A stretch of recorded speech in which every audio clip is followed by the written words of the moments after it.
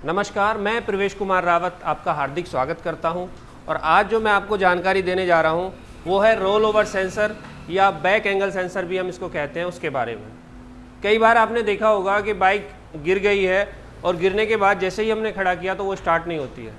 आप किक मारते रहते हो, सेल्फ मारते रहते हो और बाइक स्टार्ट नहीं होती है। तो ऐसा क्या हो जाता है उसमें? कई बार हमारे मैकेनिक भाई भी परेशान हो जाते हैं कि उनके पास ऐसी कंप्लेंट आती है कि भाई बाइक गिरी है और उसके बाद स्टार्ट नहीं हो रही है, और वो सीधा जाते हैं इलेक्ट्रिक लाइन में, उसका स्पार्किंग देखते हैं, प्लग देखते हैं, इग्निशन देखते हैं, लेकिन जो सही समस्या है और जो समस्या की वजह है उस तक वो नहीं पहुंच पाते। तो इसीलिए मैं बार बार आप लोगों से कहता हूं कि कस्टमर जब भी कंप्लेंट आपके पास लेकर आता है तो उससे 3 सवाल ज़रूर कीजिए: क्या, क्यों और कैसे। कब हुआ, कैसे हुआ और क्यों हुआ, तो उससे आपको आधी समस्या का पता चल जाएगा। तो चलिए आगे की बातें करते हैं। अब बैक एंगल सेंसर क्या है और ये कैसे काम करता है। BS6 की सभी बाइकों में बैक एंगल सेंसर या रोल ओवर सेंसर भी हम बोलते हैं, दिया गया है। उसका मेन उद्देश्य यह है कि बाइक गिरने के बाद में तुरंत बंद हो जाए, जिससे दुर्घटना ना हो या बाइक के अंदर आग ना लगे। अब ये काम कैसे करता है इसके बारे में मैं आपको बताता हूँ। ये स्प्लेंडर बाइक है और इसके अंदर भी रोल ओवर सेंसर या बैक एंगल सेंसर दिया गया है। अब हम जैसे ही बाइक को स्टार्ट करते हैं तो बाइक अगर सीधी पोजीशन में खड़ी है तो स्टार्ट रहेगी, लेकिन जैसे ही बाइक का एंगल 65 डिग्री से अप जाएगा तो रोल ओवर सेंसर अपना काम करना शुरू कर देगा और बाइक वहीं पर बंद हो जाएगी। तो मैं ये आपको लाइव डेमो दिखाना चाहता हूँ। मैंने रोल ओवर सेंसर बाहर खोला हुआ है आपको समझाने के लिए। यही है बैक एंगल सेंसर जो कि बंद करने का काम करता है। अब मैं बाइक को स्टार्ट करता हूँ और ये रोल ओवर सेंसर अभी सही पोजीशन में जहाँ पे इसको होना चाहिए, जैसे ही मैं इसको टर्न करूँगा बाइक बंद हो जाएगी।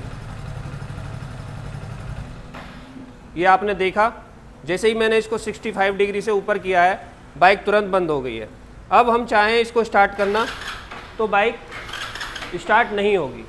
अब ऐसी ही पोजीशन में जब आप कंप्लेंट लेके कस्टमर के पास में जाते हो, बोलते हो यार बाइक गिरी और उसके बाद बंद नहीं हो रही, तो वो समझ नहीं पाते कि प्रॉब्लम है क्या।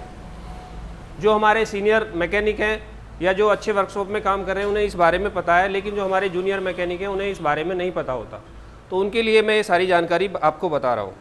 अब हमें करना क्या है, अगर इस तरह से हमारी बाइक बंद हो जाती है, आप सर्विस सेंटर लेके जाते हो या अदर जगह लेके जाते हो, आपको बहुत मोटा चार्ज बता दिया जाता है कि बाइक के अंदर करंट नहीं आ रहा है, इसका ECU ख़राब हो गया है, फलाना हो गया है। तो ऐसा कुछ नहीं होता।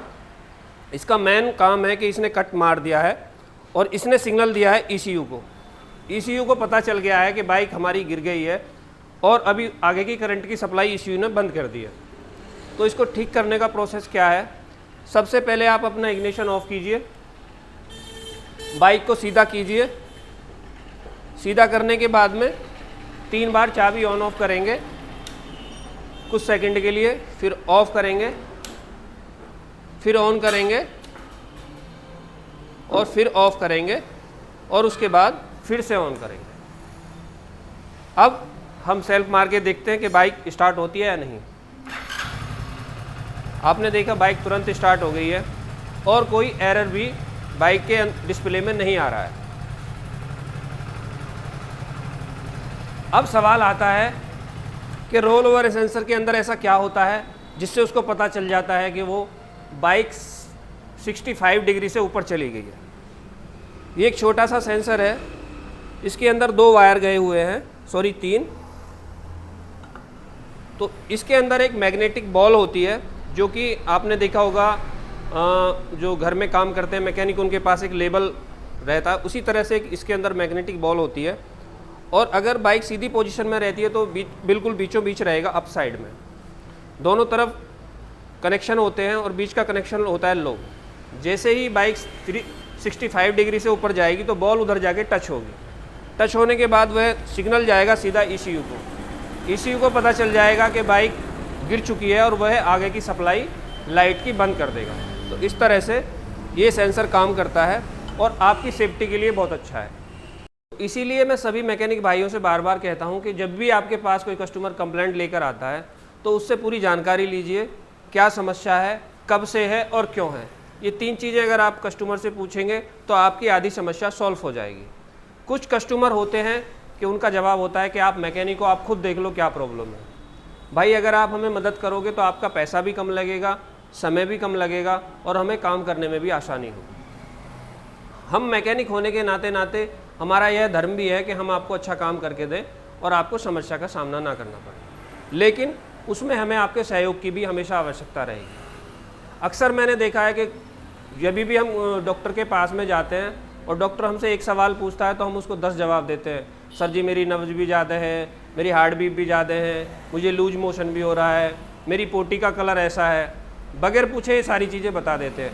अगर वही सवाल हम आपकी बाइक के बारे में पूछे तो आपको चुभता है। तो ऐसा गैप क्यों? क्योंकि हम भी उसी लाइन से हैं, उनका डॉक्टरी लाइन का है, लेकिन हम भी अपनी बाइक के डॉक्टर हैं। हमें भी आपसे जानकारी चाहिए होती है कि आप किस तरह से उसको यूज़ कर रहे हो, क्या क्या बाइक में आपके में प्रॉब्लम आ रही है, जिससे हमें समझने में आसानी हो। तो इन्हीं चीज़ों के साथ में मैं अपना वीडियो यहीं पे ख़त्म करता हूँ। आगे की जानकारी मैं आपको और देने वाला हूँ कि फ्यूल पम्प अगर ख़राब हो जाए तो कैसे रिपेयर करें, कैसे पता करें कि उसका प्रेशर कितना कम है और कैसे हम मिसिंग की समस्या को सॉल्व कर सकते हैं। तो हमेशा जुड़े रहिए, सहयोग बनाए रखिए। ऐसी ही जानकारी की वीडियो मैं आपके साथ साझा करता रहूँगा आगे। नमस्कार।